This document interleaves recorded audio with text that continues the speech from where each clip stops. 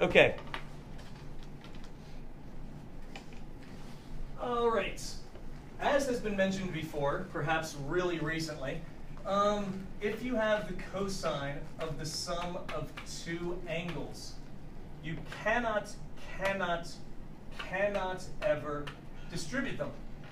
This will never equal, shouldn't say never, in general, you're not going to get this to equal cosine alpha plus cosine beta.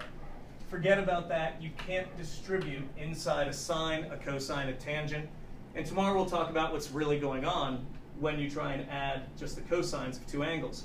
Believe it or not, this does relate to something we've done before, but today I'm just going to give you some formulas and show you how they are used. Okay? The general formula for cosine alpha plus beta, I'm going to throw you in the deep end a little bit. Give you the very general formula for the sum and the difference. If you have cosine of alpha plus or minus beta, if you're trying to find the sum or difference of two identities, what you will always get is cosine of alpha times the cosine of beta, and I'm intentionally doing this, minus or plus the sine of alpha, sine of beta. You intentionally put minus plus. I did intentionally put minus plus. What do you think that means?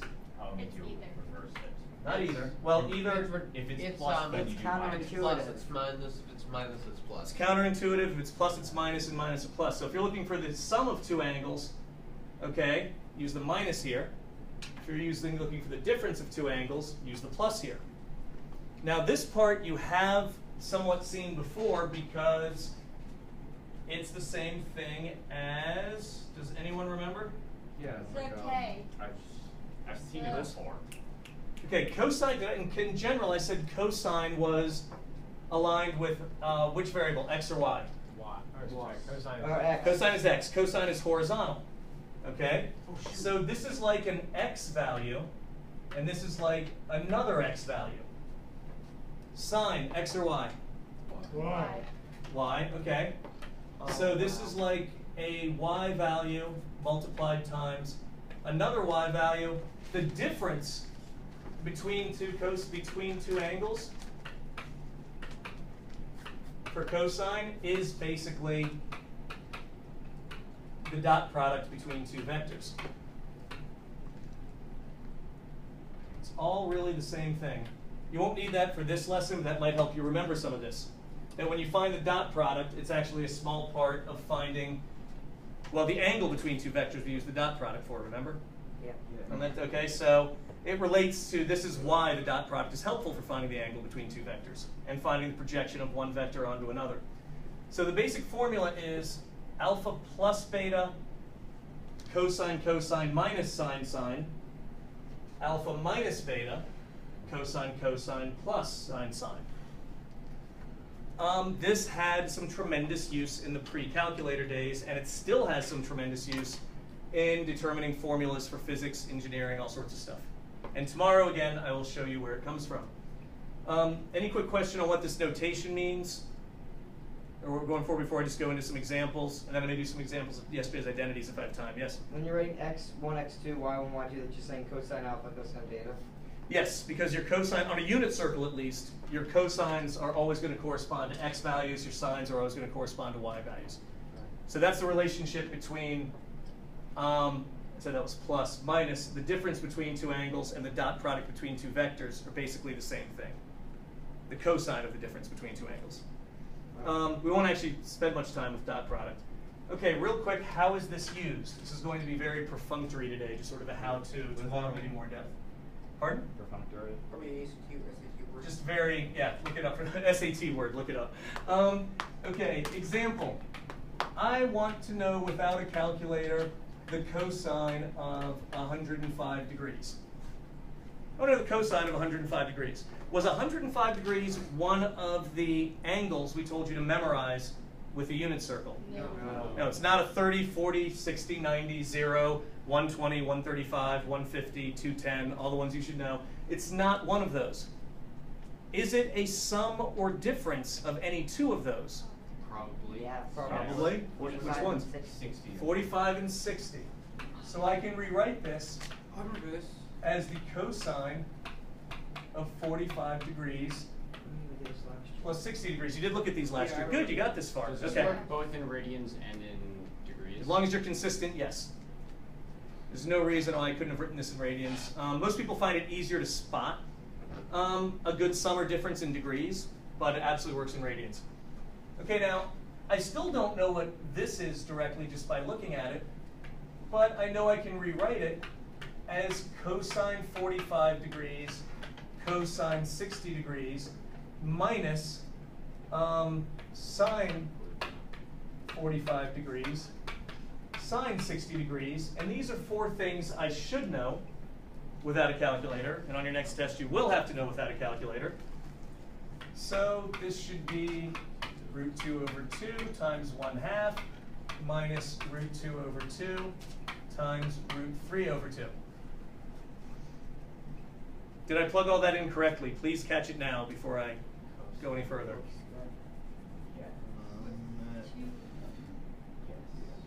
Cosine 45 root 2 over 2. Cosine 60 1/2. Sine 45 root 2 over 2. Sine of 60 root 3 over 2. Yeah, I'd say that's. Okay? You're not done at this point. This becomes root 2 over 4 minus, what's root 2 times root 3? Root 6. Root 6, very good, over 4. My final answer is root 2 minus root 6 over 4, which somewhat annoyingly can't be simplified from there. As you get clever kids who try to do creative things from here to make it look simpler, but that's the only way to correctly write the exact answer in simplest form. You can't make that root 4 over 4. That's not 2 minus 6. And the square root of 2 minus the square root of 6 will be a totally different number. It's not like proportional or anything. That's really annoying. A lot of smart kids try and follow a linear pattern or a logical proportionate pattern in areas that have nothing to do with that, like square roots, sine, cosine, trig. Sine of 60 is not double the sine of 30. You know, you got to let go of that. And the moment you step into trig or logarithms or anything else, that's the simplest form of that answer. Let's see if there's another one of these that's a couple ways to do this one. No, that one's too easy. Sorry, give me 1 sec. Oh, okay, I got a good one. Let's find the cosine of 15 degrees. Piggybacking off of what Brandon just said, can we just assume it's half of the cosine of 30? No, these things are not proportional that way. The world would be a simpler and, believe it or not, weirder place if it was. Alexi. So cosine of 45 minus cosine of 30. Yep, very good. And again, some of these will be in radians, but okay, so that's cosine 45 degrees minus, I'll rewrite it first like that, and when I apply the formula, we should get things we know. Put the calculator away. No one cares. What? It's a non-calculator question. What do you got? Could you do cosine of negative 60 plus, or no, cosine of negative 45 plus cosine of 60? Yes. Okay. And then you would have to keep track of which of these you plugged in where it should be positive or negative. If you do cosine of negative 60, your cosine should still be positive, but then your sine should be negative, right? Yeah. Or one of them would be. Like I think you're adding a layer of confusion there, personally. But if you can, but you should get the correct answer if you do everything right. Okay. Luke, is that basically what you were going to say? Yeah, I was just going to say that that's stupid. You shouldn't do it. I'll stick with my answer. It adds an unnecessary layer of confusion for me. But if that's how you first see it and you're in a hurry. Okay, so by this formula, it's cosine 45, cosine 30. Now this was minus, so this is going to be plus sine 45, sine 30, correct? Yes. All right, now double check me plugging this in. Root 2 over 2 times root 3 over 2 plus root 2 over 2 times 1/2. So what we're going to get is root 6 over 4 plus root 2 over 4 equals root 6 plus root 2 over 4. How similar does that look to the one above it? Very similar. It's just. You switch the plus and minus and you Yeah. switch them around. And that happens a lot because the ones we expect you to know without a calculator are all root 2's and root 3's and 1's over 2 that you then combine. You're almost always going to get a root 6, a root 2. It's almost always going to be over 4. It's hard not to unless we pull out tangents. And one of the crueler things you can do on this assessment, which may happen on the next test, is make this multiple choice or matching. Where if you misremember a formula or make a slight mistake with positive or negative somewhere, you'll do everything right, and you'll get this when the answer was this. Will you give like purposely trap answers, like make it a plus or a minus? Like you do multiple choice? Yeah, that for those of you going on to AP Calculus, that would be the best thing I could do, because that's the AP Calc kids, how good the College Board is at slipping that into exams. As I've told you guys this before, they're finding out every day, because I'm giving them actual AP questions now. There's the correct answer. There are 3 answers that are the mistakes a smart kid would make. And then there's a 5th one that's usually just like totally irrelevant. But yeah, and it's usually just a plus or minus sign somewhere. So whether I do this matching or whether I have you just show the steps and circle the answer, this isn't hard, but it's really easy to screw up. Fun part is these are going to show up in some identities as well. You need to use these formulas to prove a trig identity. But that, I think, is another night or so off. I'll give you another formula, and then there's another thing you can do with these. I'll give you another formula, and I'll hint at the existence of another one. Okay, sine alpha plus beta plus or minus beta. Sine alpha plus beta is sine alpha cosine beta plus or minus, written intentionally, sine beta cosine alpha. What's different about this one from the cosine? It's actually intuitive. It's intuitive. What else is different? Sine goes first. By intuitive, let me clarify. Plus or minus, and then again plus or minus. Oh, it's sine cosine instead of cosine. How's the answer going to be different than We'll see. in a Because it's Brandon just got the other difference. Cosine alpha plus beta is cosine alpha cosine beta minus or plus, sorry, that should be plus or minus, sine alpha sine beta. I don't know if this helps anyone other than me, but I always think of it as for sine, the sines and cosines are mixed up, but the plus or minus is not mixed up. For cosine, the cosines aren't mixed up, the sines aren't mixed up, but the minus and plus is mixed up. So one of them, they mix and match the sines and cosines. The other one, they mix and match the plus and minus. One, they Weirdly mix and enough, that match helps. The sines and cosines. The other one, they just mix and match the signs. The signs, S-I-G-N, yeah. I don't know if this is the best or worst mnemonic in the world for certain brains, but if it helps, great. But you'll have to know both of these separate from each other. Sine one works for similar examples. For example, let's see. Let me steal an example from this one. Oh, I get it. If I pick the wrong number, this is always. Oh, okay. Bless you. Yeah, I'm not doing that example in that color. Example here. What is the sine of pi over 12? Oh. Can you convert it? You can? Yeah. Well, You convert it? pi over 6 is 33. Pi over 6 is 30. So what's the difference between pi over 6 and pi over 12? 1/2, so it would be 15. No. Very good. This is the sine of 15 degrees. And what did you use for 15 degrees on cosine? Cosine? Yeah, how'd you get to, you got to 15, right? Yeah. Okay, how'd you get to 15? Oh, I did 45, so it'd be 45 minus 30. Sine. Yeah. Could you also do 60 minus 45? Yeah. Yeah. Could, but why would you? You could. Doesn't matter. So we'll do 45 degrees minus 30 degrees. By the way, real quick, did you guys catch up? Brandon did this relatively quickly? Yeah. 1/2 Okay. of pi over 6. Okay. Pi over, Pi over 6 is... write this off to the side a little bit. pi over 12 is pi over 6 times 1/2. 1 times pi is pi, 2 times 6 is 12.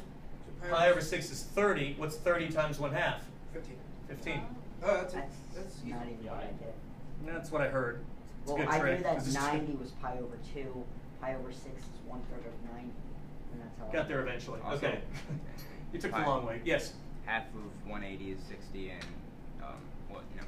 pi over 12 is 180 over 12. Yeah. Okay, 180 And over then 12 does get you to half that. 15. Oh, and 180 by 6 is 30, and then 180 by half again, because that's the same as one. Good, or I just like half that. of 30 after that, because you multiply by 1/2. What are you allowed to forget about fractions? Absolutely nothing. What are you allowed to forget, period? Nothing. There you go. So that's the welcome to precalculus. Okay, so this is going to be, according to this formula, sine 45 degrees, cosine 30 degrees. Now I keep the minus sign because for sine, you keep the sign. That might help some people remember. And then it's sine 30 degrees. Have to switch the angles on this side. Cosine 45 degrees. It's not the hardest thing you'll do all year in this class, but it is one of the easier ones to make silly mistakes on. Plus, you have to still have your unit circle memorized. No, you won't have a cheat sheet on the next test. Yes, sir. What's the purpose of why not just write sine 15 degrees? Why go into all that stuff? Because the question is, what is the sine of 15 degrees? Oh. And there's no direct way to find it. It's not half the sine of 30. We can't distribute anything. You have to use this formula for reasons that I hope I will make more clear tomorrow when I try to explain where the cosine one comes from again. Yes? Is the green formula the same as the one from earlier? That you Yes. Okay. Yeah, I just wanted to put it up here to compare Alright, it. thanks. You gonna figure out tangent? I usually don't, and I'll tell you why. There's a tangent one, but given that I'm going to not let you memorize it, what I usually tell kids to do is figure out the sine, figure out the cosine, figure out the fraction. Yeah. I'll do an example. I don't usually give the, because most of you guys need more practice with tangents, and you don't need one more thing to memorize. But if you want to memorize it, be my guest. And we'll talk about that a little bit more depth later. Okay, so real quick, this is root 2 over 2. Oh wait, so Cosine of 30 is root 3 over 2. Minus sine of 30, which is 1/2. Cosine of 45, which is root 2 over 2. So that's going to be root 6 minus root 2 over 4, following the pattern that's been showing up. A lot of these answers will look alike. A lot of them will look alike. It's going to be so annoying. See, if you made multiple choice, it'd be really easy because just one of them could be over 4, and that's obviously it. Well, no, if I You could made also multiple choice, but you this could also even- make it really hard. Now, if I made a multiple choice, it would be a bunch of them where they're all over 4. And it's they're all just, like root 2 and root 6. Yeah, Just they like all will be. Swapped or. There'll be one exception to that. I'll do a tangent really quickly. And then I need to do one more example of something. Any questions on anything on this board, though? Nope? Okay. Are you going to do multiple choice?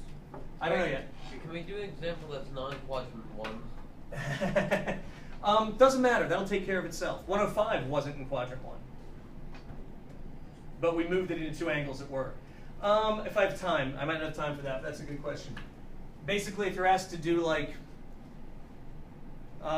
since you already know, if you're asked to do something like sine of 255, you would just do like, I would do 210 plus 45, and then you'd have to keep track of the positives and negatives in the formula. If I don't think I'll have time to do an example of that, but if I do, I will. What's a tangent of 15 degrees? Is there a formula for this? I haven't given you a tangent formula, but what's a tangent of 15 degrees? Tangent of 45 minus tangent of 30. It is, but I'd rather go a different direction, Brandon. Sine of 15 over cosine of 15. Sine of 15 over cosine of 15. What did we find for sine of 15? oh shoot. Just a moment ago? 15. Sorry, no. Root 6 6 minus root 2 over 4, correct? Okay, so that's root 6 minus root 2 all over 4. And what did we find for cosine? Root 6 plus. Never mind. Root 6 plus root 2 over 4. This is such an ugly fraction. Well, it gets better because it's got the same denominator. As I mentioned before, you can cross out common factors in the denominator just like in the numerator. And so the final answer is going to be root 6 minus root 2 over root 6 plus root 2. There is a tangent formula that will give you the same answer, but I prefer to let you. Question: do we have to then change so that there's no roots in the denominator? Yeah, we should rationalize the denominator. How do you and this is another skill you'll need later as well. So how do you rationalize this denominator? But hang on, before we get there a second, Stephen, you have a question. No, it's rationalizing the denominator. How do you rationalize the denominator? Because, well, if you multiply it top and bottom by root 6 plus root 2, you're just going to get non-square roots on top and bottom. Incorrect. No? Okay. Because if you multiply top and bottom by root 6 plus root 2, you have to FOIL. And when you FOIL, you're going to have a middle term that's still going to be irrational. So what do we do, Brandon? Do you know? Well, I've got a question first. Can't Okay. you just cross out the root 6's? Oh, that's one of the pet peeves of mine. I give 0 partial credit if you do that. No, no partial credit for that. Okay. Bad math student. Think No of them biscuit. in parentheses. Okay, guys. What's my quick shortcuts? Anyone remember for this? I think I know. What are my 2 words, Lauren? They're not terms. They are terms. They are terms. They're not factors. They're not factors, they're terms. Right. Factors, yes. Terms, no. That's your rule for almost every algebra shortcut in the world. Factors, yes. Terms, no. And then wouldn't you multiply it by Real quick, just to hammer this point home, because I know Natalie struggles with this as well, and mostly doing this because she's absent. If I have 5x over 5, I can cross out the 5s. It's all factors. Yeah. If I have 5 plus x over 5, terms, the answer's no. Factors, yes. These are terms. Okay. Good memory, Lauren. Okay. Then would you multiply by root 12? No. Nope. It's, Wait. why would you make a common factor between 2 terms? Wouldn't you do Stop guessing, it kills brain cells. Wouldn't Lucas. you do the root 6 minus root, wouldn't you multiply by the top because it's the same thing but with a minus? Not because it's the top, but you have the right idea. Okay, guys. Yeah, not because it's the top. Very good. There's a factoring pattern that we've taken advantage of in the last couple of days. It's the a plus b times a minus b equals a squared minus b squared. Notice the difference of squares. Difference of squares, that's what I was thinking. Very good. As a factoring pattern, you learned it. As a multiplying pattern, it has a magical ability. If you FOIL these 2 things, there's no middle term. You just get the first thing squared and the last thing squared. And that's what we want to do. We want to get this squared and this squared, and we don't want anything left in the middle. So difference of squares is the only way to do that. So what we're going to do is we're going to take root 6 minus root 2. And this trick will come in handy later, several times later. And we're going to multiply it by root 6 minus root 2, not because that happens to be the denominator, but because it's the same 2 terms that we have on the bottom, but with the opposite sign in the middle, S-I-G-N sign. What's the bottom? Pardon? We're using the denominator to determine what we do here. I don't know how I said it before. I probably said the wrong thing. Are we multiplying it by the numerator or like the kind of opposite thing of the denominator? We are multiplying it by the denominator with the middle term switched to opposite. The fact that that's the same as the numerator is a coincidence that happens with these trig identities. Why is the middle term? Happens a lot with these trig identities, but Why is the middle term switched to opposite? because that will allow us to follow this pattern, which will get us just a squared and b squared. You have to have a plus b and a minus b for this to work. Okay. If you have more algebra specific questions, catch me 6th period. Okay? I want to stick to the trig questions now. And this is then going to equal, you have to FOIL this. So what is root 6 times root 6? 6. Very good. That's first. Outer, root 6 times negative root 2. Negative 2 root 3. May I show it as minus root 12 for a moment, just Yeah. because someone will ask me if I don't. Okay? Then minus root 2, positive root 6, once again, minus root 12, minus root 2, minus root 2, Plus 2. plus 2, very good. On the bottom, we're going to get a squared plus b, minus b squared, excuse me. So we're just going to get 6 minus 2. No, 6 minus 4. Oh, no, 6 minus 2. Never mind. I'll let that slide, Alexi, because you usually don't make that mistake. Okay, so now 6 plus 2 is 8. I've got 8 minus 2 root 12 on the top. I'll simplify it in a moment, Lucas. I've got 4 on the bottom. So this is going to be 8 minus 2. Square root of 12 does simplify to 2 root 3. If you've forgotten that, ask me later on that one. This could actually be simplified more a little bit. Yeah. So this is 8 minus 4 root 3 over 4. Alex, how can it be simplified further? The 8 itself can be simplified. It will look uglier, but technically. Yeah, 2 minus 4 root Just 3. divide it, just Three divide minus the three. Wait, both. just divide. Too much. The Be both. careful here. Because Don't both. make this mistake Brandon was making again of only dividing one term. Yeah, I was going to rewrite this 2 fractions. Okay, hold that thought. I mean, Maybe you an could easier do way. that twice. I mean, you could just Can you divide do it 2 by minus root 4 3? and 4 by 4 because they're both. Yes. Zach is thinking this in terms, whether he knows it or not, of multiplying by 1/4 over 1/4. I'm going to do this what I hope is a little more clear.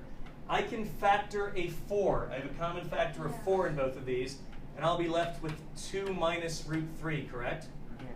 And I'll have a 4 on the bottom. Now, quick trick question. Do I have factors or terms on top? Factor. I have factors. There are 2 terms in here, so that's confusing. Parentheses, and this is where my quick and easy rule gets a little confusing. But the way I think of it is parentheses have the magical ability to let you treat multiple terms as if they were a single factor. So since this is all in parentheses, it's just a factor, that's a factor, that's a factor. I can cross factors out all day. And the simplest form of the answer is 2 minus root 3. And what was the original question? What is the tangent of 15? Very good. That can be hard to remember sometimes as to what we were doing in the first place before we started. Sometimes I find it ironic that this is called simplifying.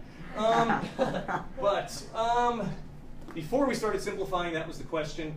How do you math? Yeah, you're not off on that. So, I mean, seriously though, what was the hard part about this one? Remembering the sine. What do you think will be the hard part? Remembering the sine and cosine formulas to find the tangent, or everything after that? Everything else. Yeah, everything else can be the trick, depending on your algebra skills. Stephen, yes. 2 questions. One, how did you get 8 minus 2 root 12 in the first place? Simplifying this line. You may that may have to wait. There's one more thing I want to show you that happens for the homework tonight. Okay, and then how did you? Why? I get when you pull the 2 out of there. Why is it a 4? Here? No. Here? Last step. This? Yeah. Factor of 4 out of 8, you're left with 2. Factor of 4 out of 4 root 3, you're left with just root 3. Redistribute. You're factoring both out. Okay. You have to. Have to pull out of both.